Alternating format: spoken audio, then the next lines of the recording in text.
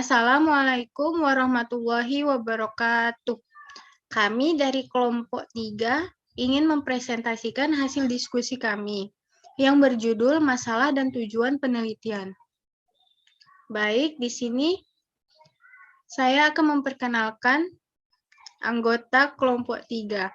Yang pertama adalah Kiki Nurfadilah, Misha Aulia, Ica Handayana, dan Hardi Handoko.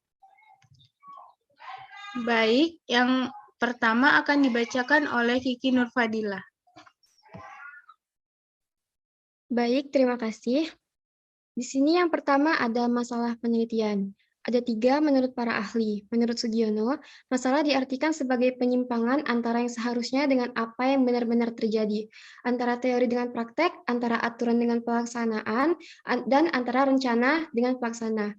Menurut James Toner, masalah suatu situasi menghambat organisasi untuk mencapai satu atau lebih tujuan. Menurut Prajudi Atmosodirjo, masalah adalah sesuatu yang menyimpang dari apa yang diharapkan, direncanakan, ditentukan untuk dicapai sehingga merupakan rintangan menuju tercapainya tujuan.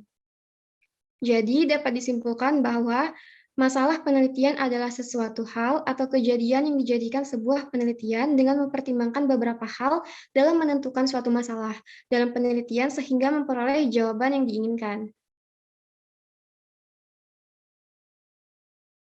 Lalu ada latar belakang masalah dan penelitian. Latar belakang masalah adalah informasi yang tersusun sistematis berkenaan dengan fenomena dan masalah problematik yang menarik untuk diteliti. Latar belakang dimaksudkan untuk menjelaskan alasan mengapa masalah dalam penelitian ingin diteliti. Pentingnya permasalahan dan pendekatan yang digunakan untuk menyelesaikan masalah tersebut, baik dari sisi teoritis dan praktis. Lalu ada latar belakang penelitian. Ini adalah alasan rasional dan esensial yang membuat peneliti tertarik untuk melakukan penelitian berdasarkan fakta-fakta, data, referensi, dan temuan penelitian sebelumnya, seminar lokakarya, dan pengalaman pribadi. Lalu ada tujuan masalah penelitian. Menurut Najir, tujuan dari pemilihan dan perumusan masalah itu sendiri adalah untuk mencari sesuatu dalam rangka pemuasan akademis seseorang, untuk memuaskan perhatian serta keingintahuan seseorang akan hal-hal yang baru, untuk meletakkan dasar untuk memecahkan beberapa penemuan penelitian sebelumnya, ataupun dasar untuk penelitian selanjutnya, dan untuk memenuhi keinginan sosial, juga untuk menyediakan sesuatu yang bermanfaat. Terima kasih, saya kembalikan kepada moderator. Baik, di sini ada ciri-ciri masalah penelitian. Ada 3 ciri-ciri masalah yang harus diperhatikan. Yang pertama, masalah yang dipilih harus mempunyai nilai penelitian. Masalah harus mempunyai keaslian, menyatakan suatu hubungan, merupakan hal yang penting, harus dapat diuji, harus mencerminkan suatu pertanyaan. Yang kedua, masalah yang dipilih dengan bijak, artinya information serta metode untuk memecahkan masalah harus tersedia. Biaya untuk memecahkan masalah secara relatif harus dalam batas-batas kemampuan. Waktu memecahkan masalah harus wajar. Biaya dan hasil harus seimbang. Administrasi dan support harus kuat, tidak bertentangan dengan hukum dan adat. Dan yang ketiga, ada masalah dipilih dengan kualifikasi peneliti. Menarik bagi peneliti dan masalah harus sesuai dengan kualifikasi peneliti.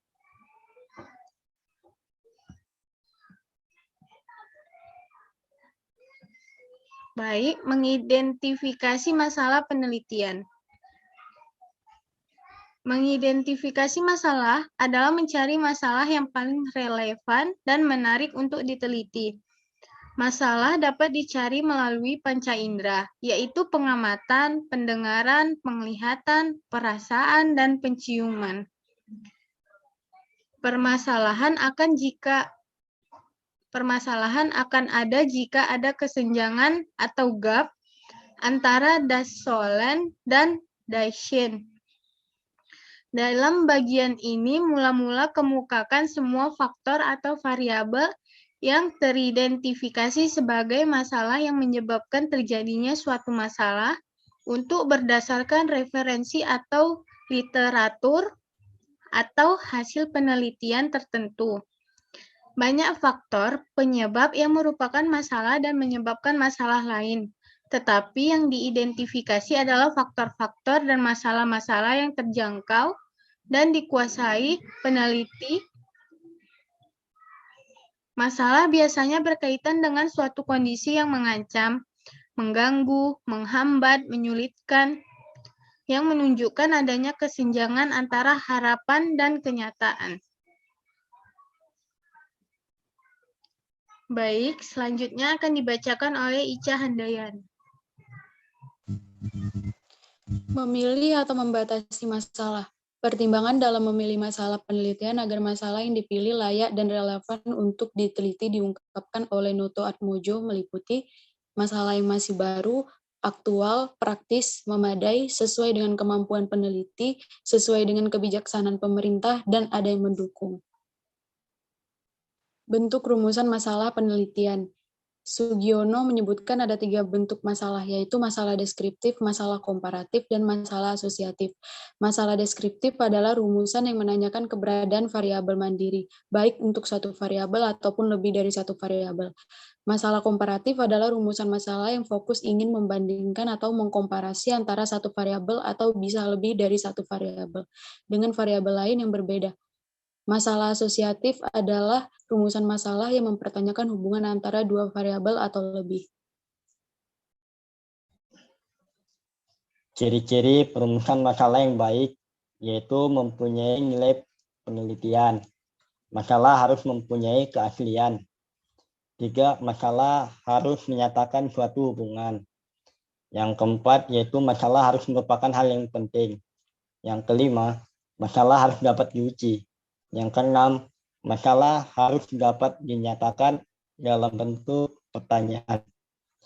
Yang ketujuh, mempunyai visibilitas sesuai dengan kualifikasi peneliti. Kegunaan penelitian berkenaan dengan manfaat ilmiah dan praktis dari hasil penelitian.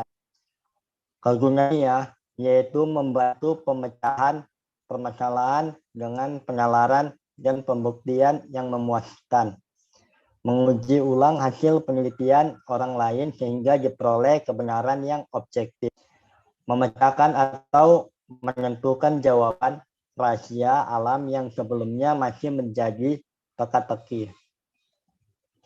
Kegunaan praktis yaitu secara langsung dari hasil penelitian yang dapat digunakan oleh masyarakat untuk memecahkan berbagai jenis rumusan masalah praktis, atau bisa juga dikatakan bahwa praktis merupakan bagian manfaat penelitian bagi suatu program yang telah dijalankan. Baik, akan saya kembalikan kepada moderator. Baiklah. Sekian hasil dari presentasi kami. Apabila ada kesalahan kata maupun sikap, kami meminta maaf. Assalamualaikum warahmatullahi wabarakatuh.